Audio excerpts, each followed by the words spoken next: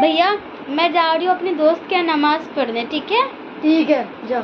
ठीक है भैया। ये किसी पे भी रंग मार देंगे।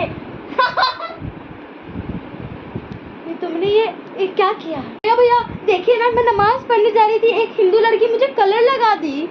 अच्छा चल बताओ कहाँ है? चलिए भैया। हे नार तेरी बेटी। अरे वो बच्ची है, उसको कुछ मत कीजिएगा, मैं जो भी कहती हूँ। क्या हो रहा है नियति यहाँ पे? नमस्ते भाईजान, आप यहाँ क्यों आए? आपको कोई हम लोग से लेना देना है? हाँ बोलिए ना, कोई दिक्कत है आपको? अच्छा चल नहीं खाएगा तो भागो। मम्मी अभी क्या जब नहीं खा तो पहले खाना। खिलाओ इसको मम्मी खाना। अरे ये तो मर गया, भाग। मेरा कलेज का टुकड़ा। ए ना